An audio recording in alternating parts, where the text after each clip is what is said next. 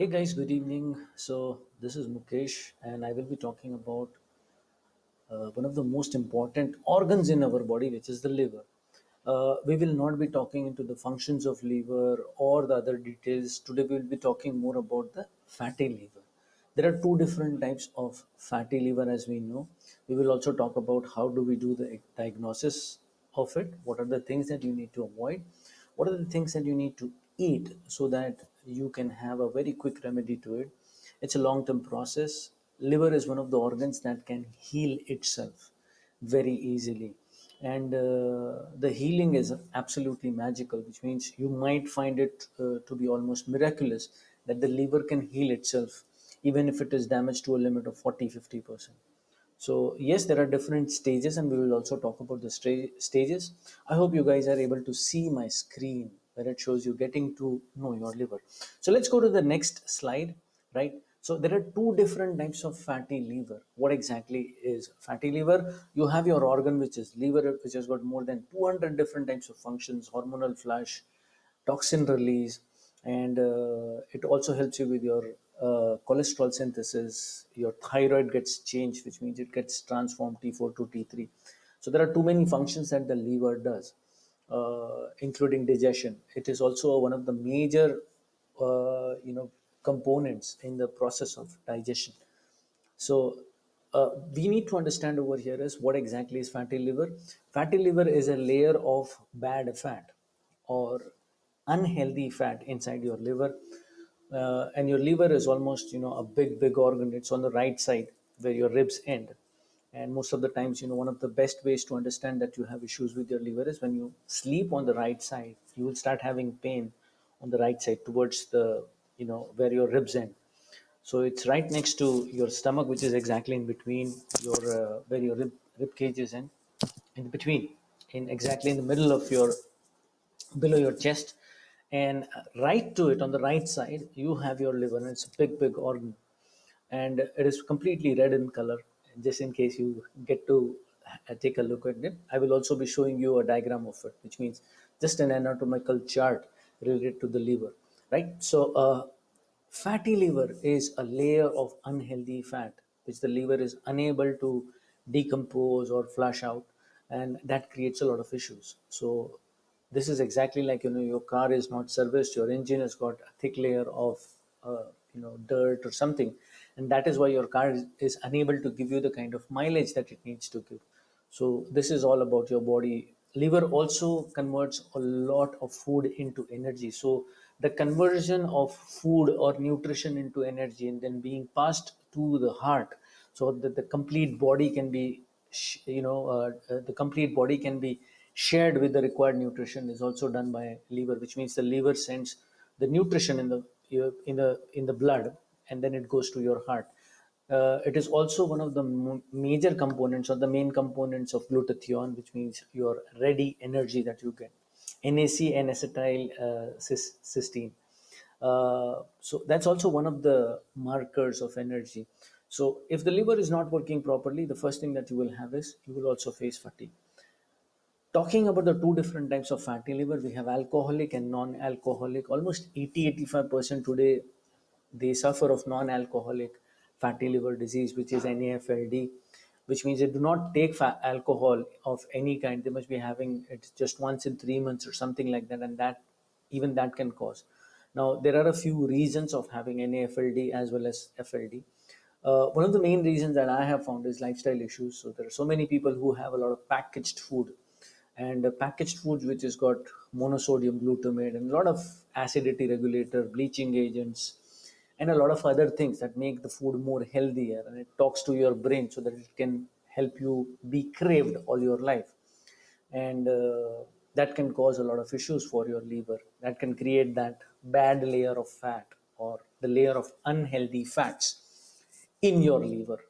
The other reason that I find most of the time is because people go on different types of fad diets. So, high levels of fats, high levels of protein, low carbs, and then going on a different kind of a glycemic load or glycemic index type of a diet, whereby you're into that analysis paralysis of calorie intake and everything, and then you lose the count or what exactly is healthy. So there are so many people who just go for weight loss. They start consuming empty calories, and those empty calories can be highly damaging for your stomach acid and for your liver. Why is that? Because I would always suggest that you start taking something which has got nutrition into it rather than taking something which has got no nutrition. So rather than focusing on the negatives, start focusing on the positives.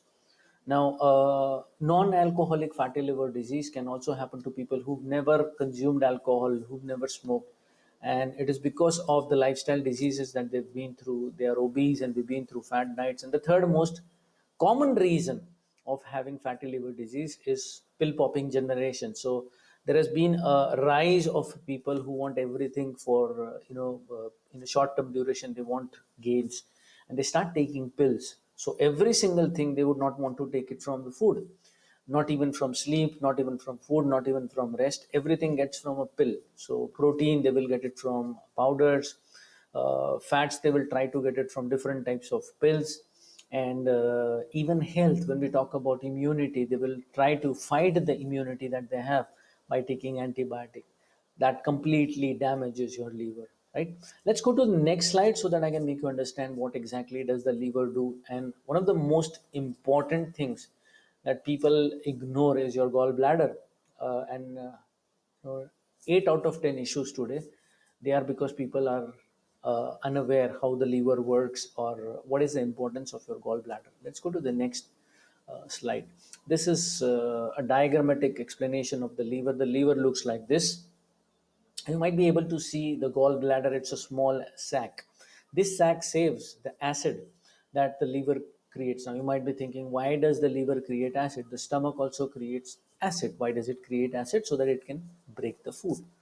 Not every single part of your body needs to be alkaline. So there are different parts of your body that need to be highly acidic. There are different parts in your body that need to be alkaline. So this whole theory that the body needs to be alkaline is wrong. It's the parts of your body.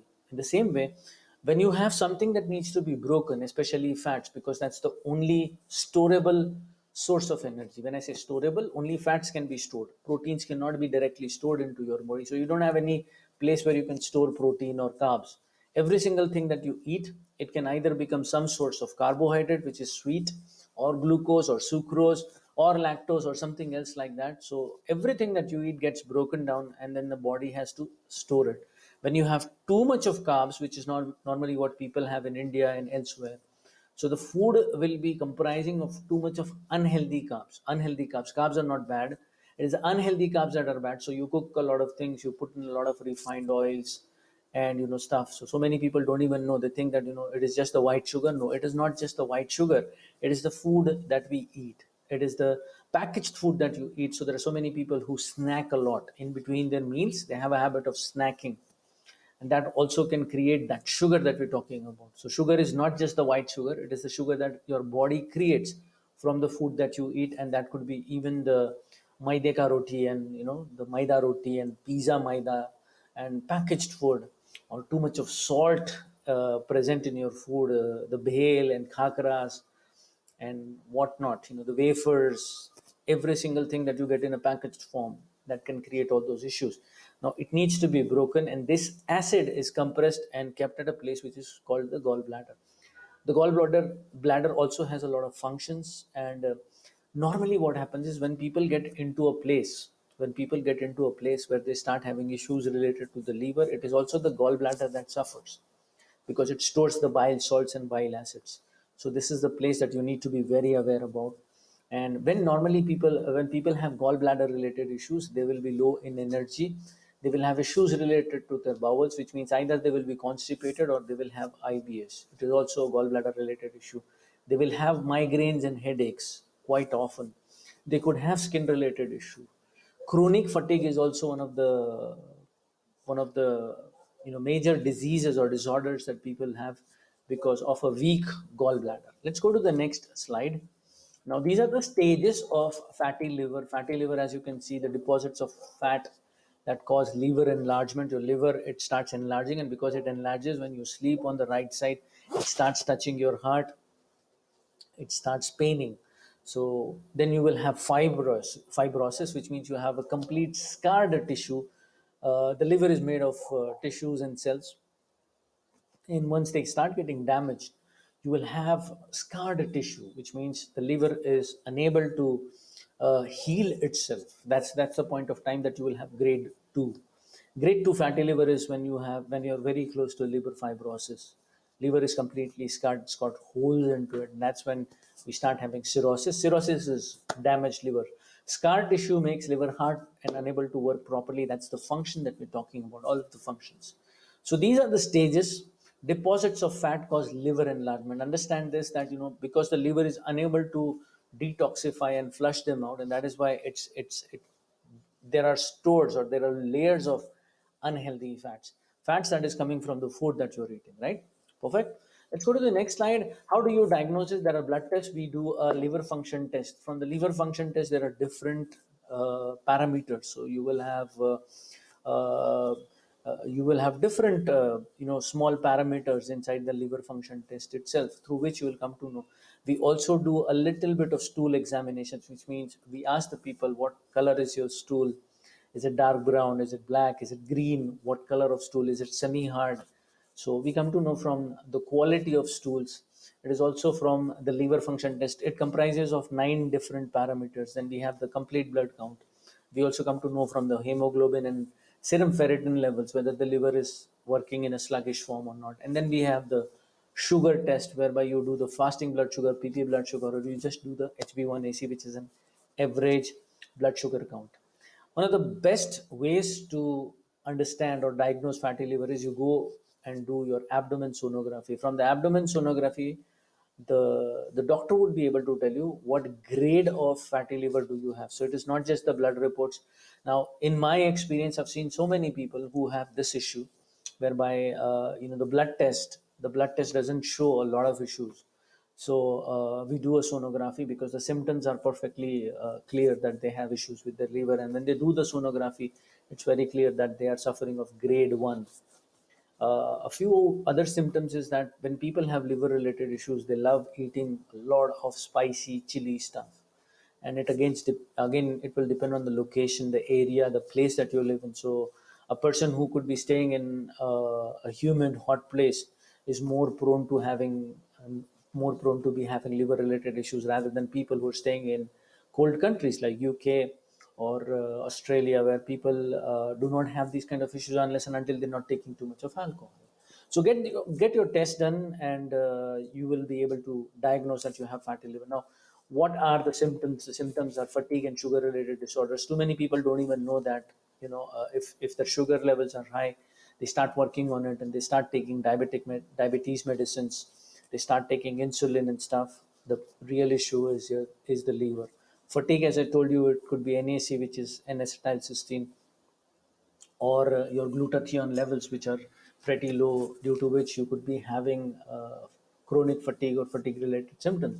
You also have pain on the upper right side, which means right next to your below your chest, on the right side. Okay, so below your armpits, 5 fingers below your armpits, you would be able to feel pain when you sleep on the right side, or you have severe pain over there. You also have a lot of hormonal imbalances, because liver is one of the major functions of liver is to detoxify and flush out the bad hormones, or maintain a balance of your hormones.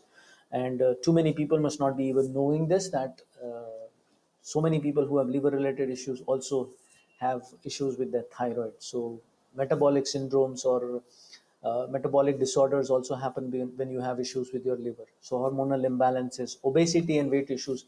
Very clearly you come to know that people who have removed their gallbladder, they have these kind of issues.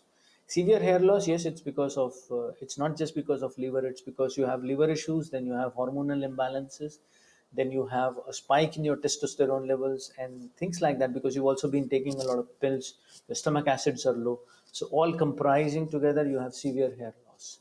Thyroid, yes, I've spoken about it. Thyroid, yes, you will have thyroid related issues. So let's go to the next slide, guys. Remedies to keep your liver healthy. You should not be having processed food, never. You should not be taking overcooked food. This is for all of you sisters, mothers, all of you watching the show. Okay, don't take overcooked food. That's pretty bad. You've been reheating the food all of the times. Too many people, they have a habit of getting the food, keeping it in the fridge, and then putting it into the oven, frequently reheating it. That's certainly going to damage your liver. Junk food, yes, 100% stay away from it. Carbonated beverages, one of the main reason why people have liver related issues in developed countries. So there's so many people who say, no, I don't take anything, I'm just having, what do you call it, that zero Pepsi zero or something like that, so zero calories or things like that. So just taking zero calories doesn't mean that your body is not taking those things. It could be having very severely damaging things. So carbonated beverages, aerated beverages, and the sharbats that you get in India, too many sharbats, that you get in powdered form, they have too many things that can keep it on a longer shelf life. Processed packaged food, alcohol, smoking, fat diets, you guys pretty well know that when you start going low on your cholesterol, your carb level, or when you start thinking of no, you should not be taking carbohydrates which are bad, you're actually telling your body that you should not be taking healthy food at all. So understanding what carbs are, carbohydrates are the foundation of the building blocks of your body. So you should not be just dropping carbohydrates. The second thing is that you should not be going on a diet which is not sustainable, because it only increases your cravings. It puts you into further metabolic disorders. Most of the people who go on fat diets, they have severe metabolic disorders because it's non-sustainable. And after 6 or 7 weeks, their hormones start playing the game. The stomach acids are low, and they get into severe craving. Sweet and salty foods, yes, I've spoken about it. Fasting without understanding your body type. Not everyone needs to be fasting. One needs to understand that you should not be jumping into fasting just like that. Don't do that. Refined food, sweet and salty, refined oils, and these are the things that you need to be staying away from. So just remember that. What are the remedies to keep your liver healthy? Detoxify it. I've spoken about detoxification. You'll find my previous posts, you'll find my previous videos about detoxification. I've spoken about it. I'm a person who believes that detoxification in the current lifestyle goes on for almost a year or so. Previously, people did not detoxify, and you might be asking me that in the traditional Indian system there was no detoxification because the food that they were taking was never packaged. Okay, so the food can detoxify your body, but the food today is not being taken in that way. Normally, when people eat their food, they also have something which is packaged, maybe a chicky or something like that, a dry fruit chicky, or a protein bars. Too many people don't even know that protein bars are extremely unhealthy. They have a lot of sugars in them, processed sugars. Yes, they could be also having non-efficient protein. In the protein bars itself, you could be having non-efficient protein, which means people don't even understand what is the protein that is good for your body. Just take the protein that says it has got 23 grams of protein. Whether it is good for your body, whether your body will be able to digest it or not, is something that people need to think about. Eat healthy, local, pure food. That's number one priority. Don't go for exotic food. So if you're in India and if someone says on Western media that kale is the powerhouse of thing, and broccoli is something like, you would not be eating broccoli at the expense of not eating cauliflowers. You should be eating cruciferous vegetables, right? And this is for people who must be thinking, oh, I've got thyroid, I should not be eating cruciferous vegetables. You can, okay, because cruciferous vegetables, it is said, now it is not substantially proved that cruciferous vegetables inhibit your iodine. I don't think so that that could be the case, because if you're getting enough of iodine from different types of pure green foods, you should not be worried that cruciferous vegetables, but then have it in moderation. Don't start taking it in desperation. Eat when hungry and not when craving. That's one of the major markers. Okay, people who have a high craving are the people who can never control any kind of food. You talk to them and they say, "No, I cannot leave parathas. No, I cannot leave chapatis. No, I cannot leave rotis. I have to eat wheat. I have to take dairy." This is because you are not talking about this is your internal chemicals, okay, the chemicals that have been fed by the processed food. So processed food is processed chemicals, and processed chemicals is processed thoughts right over here. These are not pure thoughts, these are not your thoughts. Your brain is not going to tell you to eat processed food, right? It is because you've been feeding your body with a lot of processed food. That is why your thoughts are processed now, right? Invest in rest. That's very important. Too many people don't invest in the rest. So investing in proper rest cycles, investing in sleeping, investing in relaxation, and investing in movement is necessary, because even if your liver is not working fine, if you're moving pretty well, your lymphatic glands or your lymph nodes, they get flushed out. Okay, this is your internal drainage system. You need to drain it properly. Drink enough water, keep your body hydrated, so that You can have a moist body, a fluid body, a flexible body, because water is an element that makes your body more flexible. Air is an element which makes your body and mind more mobile. Earth is an element that keeps it stable and rooted, grounded. These are things that everyone needs to know. Fire is something that breaks things down. So if you're low on fire, your digestive fire, it starts going low. Your pancreas, it suffers because it is unable to break carbohydrates, which is fuel, right? So the pancreas, it does not work because you're low on fire. That's the reason. Okay, so you guys need to understand those things. If you get the elements right, you should be able to get your body right. Body is made of those elements. Let's go to the last one. Milk thistle. Start one capsule a day. Empty stomach early morning. Talk to me first. If you want, you guys can send me your reports. Send me your report so that we can tell you whether you need to be taking milk thistle or not. Milk thistle is a capsule which is great for your liver. However, don't start taking it just like that. Okay, neem tablets, neem powder, neem tablets, neem juice, anything is good. Remember this. When people have severe metabolic issues and taking anything which is bitter, which is very good for your immunity, however, it can also send signals to your brain that you get into a loop of reducing weight. There are so many people who get diabetic while reducing their weight. I know so many people who are diabetic today and they are unable to, put on weight. So they were obese before and now they are underweight today at this point of time. And that was because they were following different types of, fads. Amla is one thing that everyone can have. Indian gooseberry, 3 teaspoonful with a cup of water, empty stomach. That's something that everyone needs to have. It detoxifies your liver. Giloy is something that completely cures it. However, you should not be taking giloy for a long, long time. It can also give rise to autoimmune issues. Too many people who are suffering of arthritis, they need to understand that giloy should not be taken for a long, long time. Right? So this was all about it, guys. Just in case you have any questions or doubts, please connect with me. Put them up on the comment box. Do let me know in case you have anything. And please show a little bit of gratitude. Start hitting the like button, which is on the video, so that I can create more videos for you guys. If you have any kind of queries related to health, wealth, relationship, anything like that, feel free to connect with me, and please do hit the subscribe button, because if I am able to increase my subscribers, I'm able to understand that these are the kind of people who love my content, and I would be able to make more free videos for you. Okay, I normally do my paid sessions only, and this is because a few people told me that I needed to do free videos, and that is why I'm doing free videos. The reason is because when people do things for free, people are ungrateful, and that's what you guys need to understand. You need to be grateful, and it also works detoxifying your liver. Something that goes in also needs to go out, right? Start doing that, because it's all, what energy comes in also goes out, right? So thanks a lot for attending the session. Take care, and do hit the subscribe button, guys, and also remember to connect. Take care. Bye bye.